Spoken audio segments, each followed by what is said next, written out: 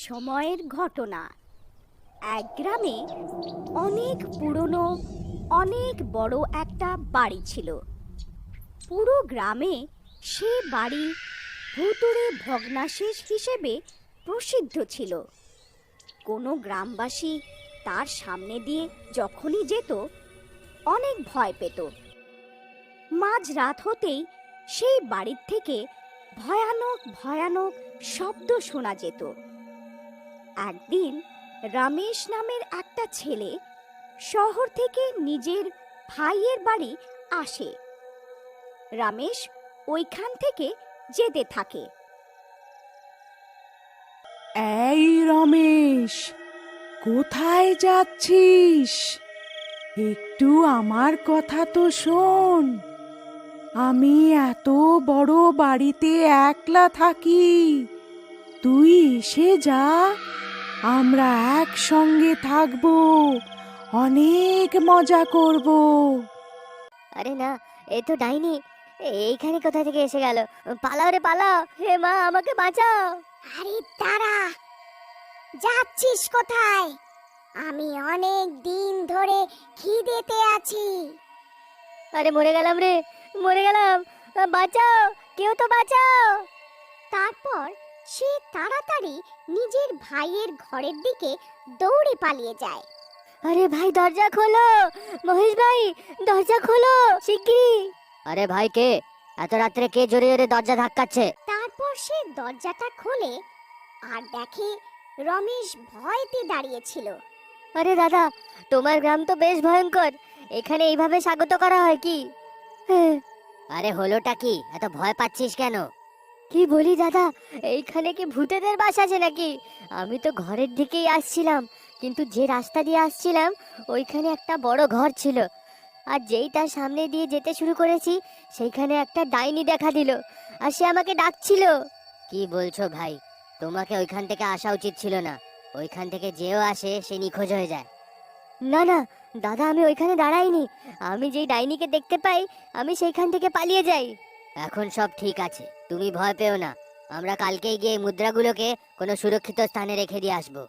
পরের দিন সকাল হতেই চলো এখন সব সোনার মুদ্রাগুলোকে কোনো সুরক্ষিত স্থানে লুকিয়ে দিই, যেখানে এটা সুরক্ষিত থাকে। তারপর সে দুই ভাই সব মুদ্রাগুলি নিয়ে সেখান থেকে রওনা হয়। দেখো ভাই, রাস্তায় সেই ভগ্নাশেষ আসবে, তুমি আবার ভয় পেও না আর সতর্ক থাকবে। আমরা যেখানে যাব সেই রাস্তা সেইখান থেকেই আসে, আর কোনো রাস্তা নেই। না দাদা, আমি যাব না। ভাই কিছু হবে না, অমনি কিছু হয় তো আমি আছি না, তোকে কিছু হতে দেব না। তারপর এই বলে দুই ভাই রওনা হয়ে যায়। আর যখন সেই ভগ্নাশেষে আসে তখন দুজন অনেক ভয় পেয়ে যায়। সেখান থেকে অনেক বিচিত্র বিচিত্র আওয়াজ আসতে থাকে। দাদা, আমার তো খুব ভয় করছে। কে তোমরা? এখন তোরা দুজন বাঁচবি না। দাদা, এখন আমরা কি করব? সেই ডাইনি তো সামনেই দাঁড়িয়ে আছে। তুই ভয় পাস না, আমি তোকে কিছু হতে দেব না, তুই আমার পেছনে এসে যা। তারপর সেই ডাইনি মহেশকে নিজের মুখে গিলে ফেলে। দাদা না, পালাও এখান থেকে, না হলে এই ডাইনি আমাকেও খেয়ে ফেলবে। আমাকে কারো সাহায্য নিয়ে আসতেই হবে। তারপর সে দৌড়ে গ্রামে ফিরে যায়। বৌদি, বৌদি দরজাটা খুলুন, দরজাটা খুলুন বৌদি। আরে রমেশ, তুমি ফিরে আসলে? তোমার দাদা কোথায়? না বৌদি, অনেক বড় গন্ডগোল হয়ে গেছে। সেই ভগ্নাশেষের ডাইনি দাদাকে গোটা গিলে ফেলেছে। কি? এটা তুমি কি বললে? না, এরম হতে পারে না। বৌদি, আমি সত্যি বলছি, আমার সামনে এসে দাদাকে গোটা গিলে ফেললো। আমি কেরম করে পালিয়ে আসলাম যাতে সাহায্য নিয়ে যেতে পারি। তারপর কবিতা ঘরের ভেতরে যায় আর ভাবতে থাকে, কি এখন কি করি। এতক্ষণে রমেশ কিছু গ্রামবাসীদের জড়ো করে নেয়। তারপর কবিতা, রমেশ আর সব গ্রামবাসীরা সেই ভগ্নাশেষের দিকে যায়। আরে ও ডাইনি, বাইরে আয়, আমার বরকে খেয়ে নিলি? যদি সাহস আছে তো বাইরে আয়। আরে বৌদি, তুমি ভয় পাও না নাকি? দেওর ভাই, ভয় তো লাগে, কিন্তু নিজের স্বামীকে বাঁচানোর জন্য আমি নিজের প্রাণও দিতে রাজি আছি। এতক্ষণে ডাইনি সেখানে পৌঁছে যায়। সব গ্রামবাসীরা খুব ভয় পেয়ে যায়। ওরে মা গো, বাঁচিয়ে নাও, এখন তো আমার বিয়ে হয়নি। আরে কবিতা বোন, আপনার তো বরের পেটে আছে, তুমি এর পেটের মধ্যে চলে যাও, দুজনে আনন্দতে ভেতরে থাকো, মজা করো, আনন্দ করো। আমি মরতে চাই না। বৌদি নমস্কার, আমি চললাম। এই ডাইনি তো বেশ ভয়ঙ্কর দেখতে।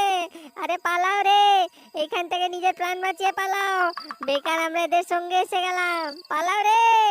ভীতু কোথাকার, চল পালা এখান থেকে। তারপর সব গ্রামবাসীরা ভয় পেয়ে সেখান থেকে পালিয়ে যায়। আরে দাঁড়াও ভীতু গ্রামবাসীরা, কোথায় পালাচ্ছ? এই ডাইনি, ওকে ছাড়। এইখানে দেখ, আমি এইখানে দাঁড়িয়ে আছি। আমি তোকে ভয় পাই না, বুঝলি না?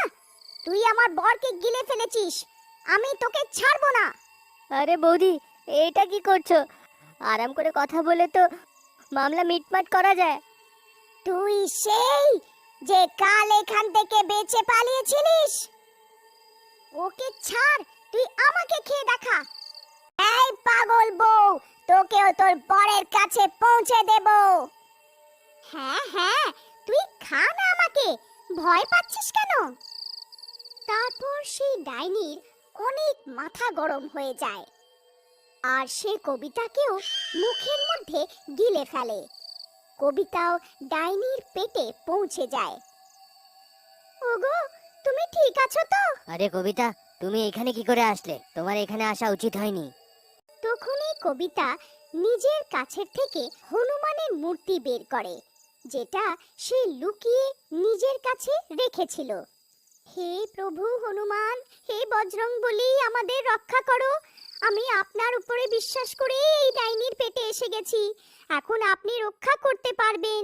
জয় বজরংবলী, জয়। হ্যাঁ কবিতা, এটা তুমি ভালো করেছো, এখন তো এনারই ভরসা। জয় বজরংবলী, জয় জয় বজরংবলী, জয় শ্রীরাম, জয় হনুমান।